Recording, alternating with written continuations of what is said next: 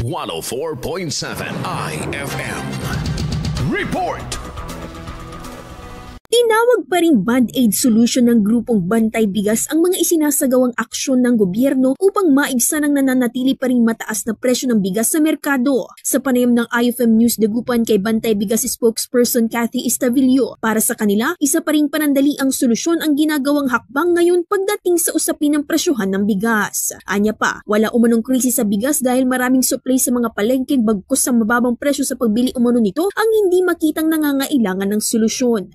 Food emergency crisis, ay lahat ito ay mauulit at mauulit lang yung mga ipinapatupad niya na mga band-aid solutions dahil hindi nila tinutumbok, hindi nila niro-root out kung bakit nagpapatuloy yung napakataas na presyo ng bigas despite yung mga batas na pinirmahan nila. Ang iba pa umanong inilunsad na maaaring makapagpapababa sa presyo ng produkto ay hindi naman naging epektibo. Hirap rin ang mga magsasaka sapagkat nananatili pa rin na mababa umano ang kuha sa kada kilo ng palay per kilo. Presyo ng palay ng ating mga magsasaka ay talagang nananatiling napakababa at higit lalo nilang maramdaman yung pagbaba ng presyo ng bigas despite yung ng palay, despite yung kagagaling natin sa mga kalamidad nung El Nino at saka nung mga tuloy-tuloy na bagyo nung nakaraang taon.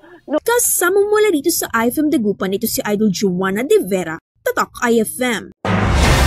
IFM News. IFM News. IFM News.